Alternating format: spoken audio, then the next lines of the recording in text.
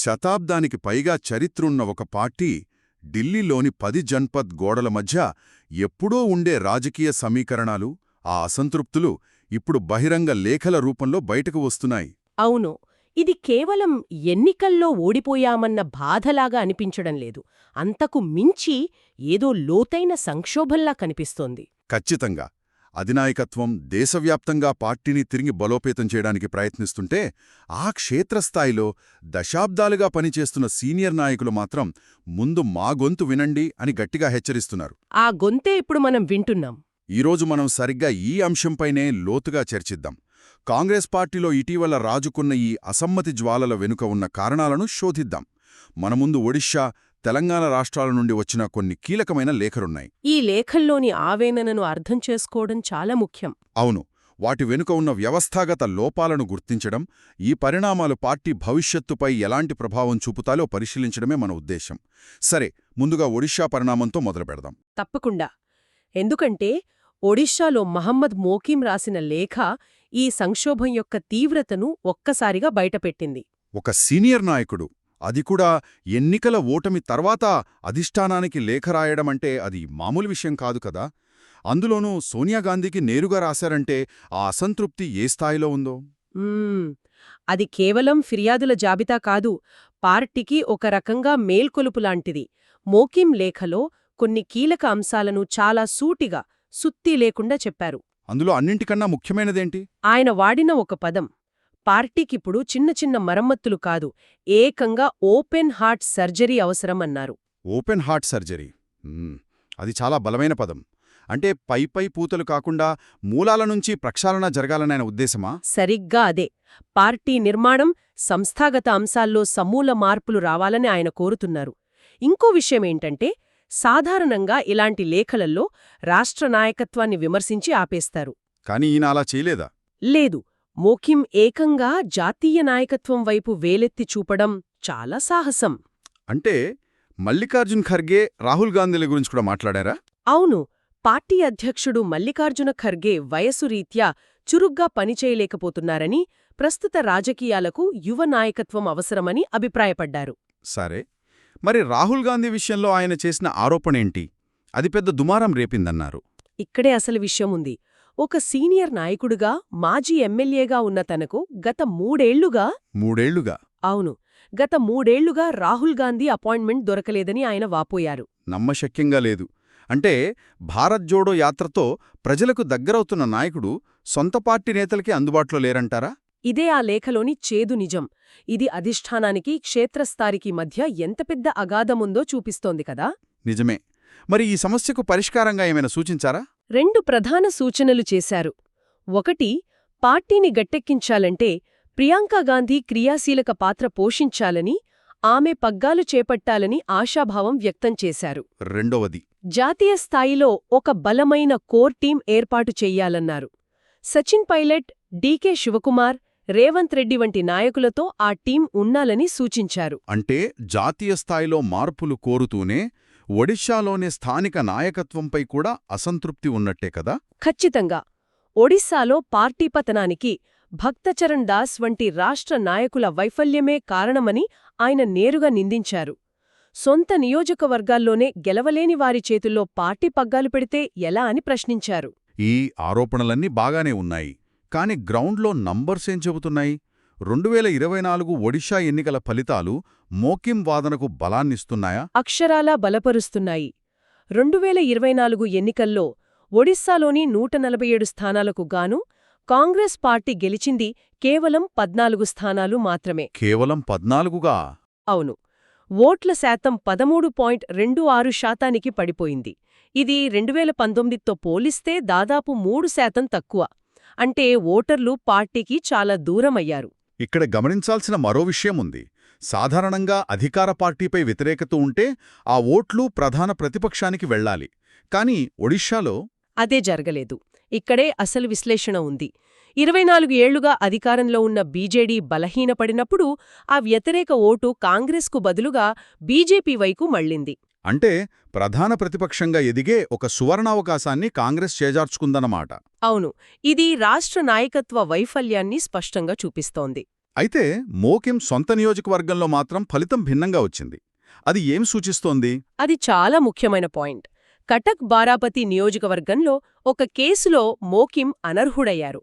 దాంతో పార్టీ ఆయన కుమార్తె సోఫియా ఫిర్దౌస్కు టికెట్ ఇచ్చింది. ఆమె గెలిచారా?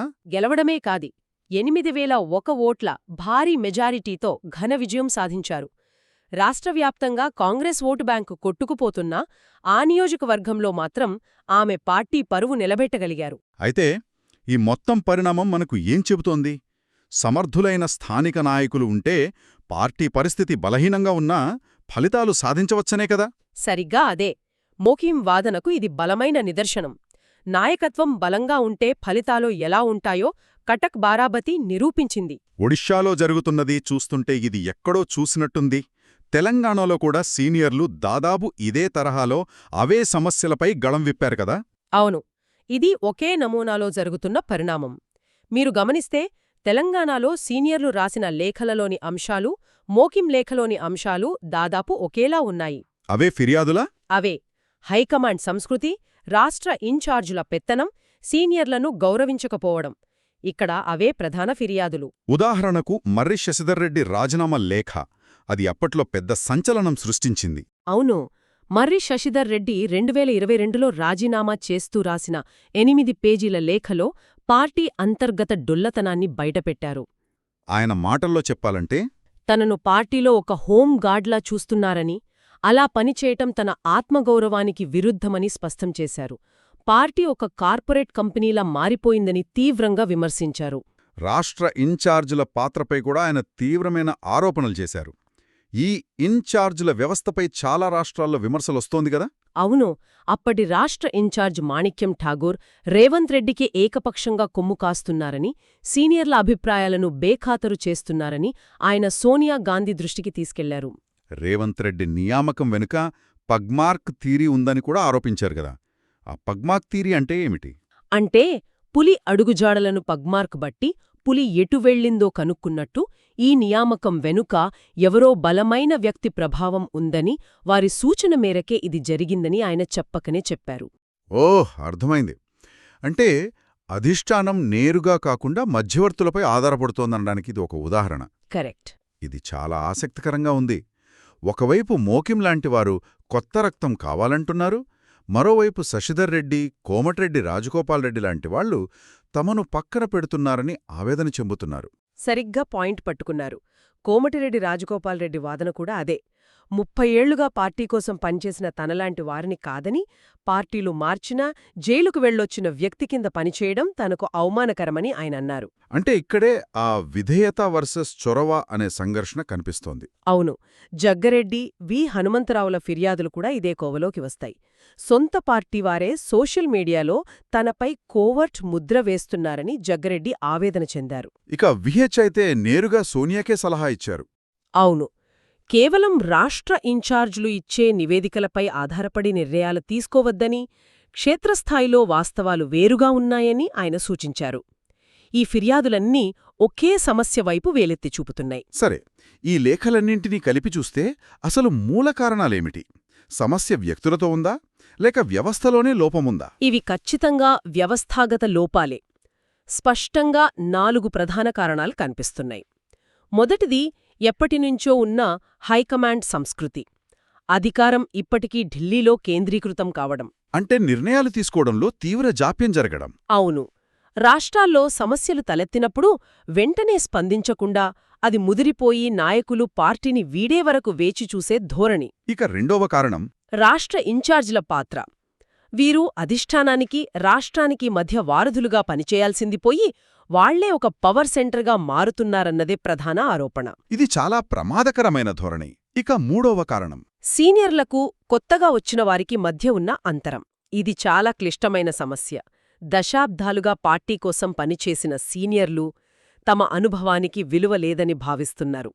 కొత్తగా వచ్చిన నాయకులేమో సీనియర్లు తమకు అడ్డుపడుతున్నారని ఆరోపిస్తున్నారు. ఈ 2 వర్గాల మధ్య సమన్వయం సాధించడంలో అధిష్టానం విఫలమవుతోంది. కరెక్ట్. ఇక చివరిది అత్యంత కీలకమైనది, దాదాపు అన్ని లేఖల్లోనూ కనిపిస్తున్న అంశం: రాహుల్ గాంధీ అందుబాటులో లేకపోవడం. ఇక్కడే ఒక కీలకమైన ప్రశ్న తలెత్తుతోంది.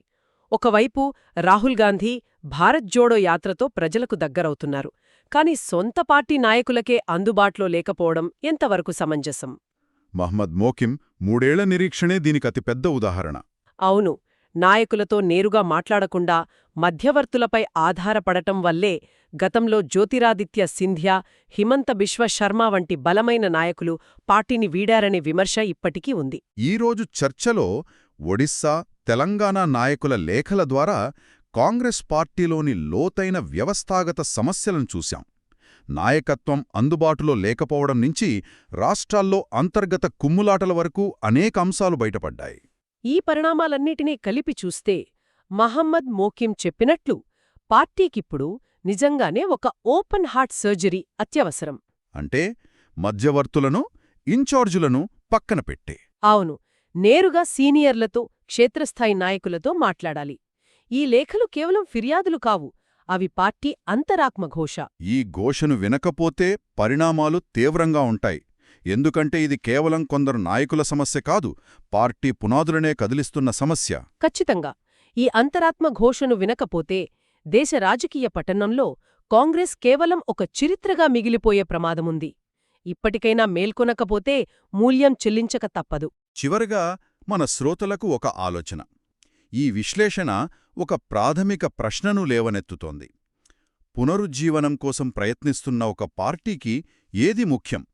దశాబ్దాలుగా పార్టీకి సేవ చేసిన వారి విధేయతను గౌరవించడమా, లేక పార్టీకి కొత్త ఊపినిస్తారని భావించే చొరవ చూపే నాయకులకు పగ్గాలప్పడించడమా? ఈ రెండింటి మధ్య సరైన సమతుల్యతను సాధించడంలోనే కాంగ్రెస్ పార్టీ భవిష్యత్తు ఆధారపడి ఉంది.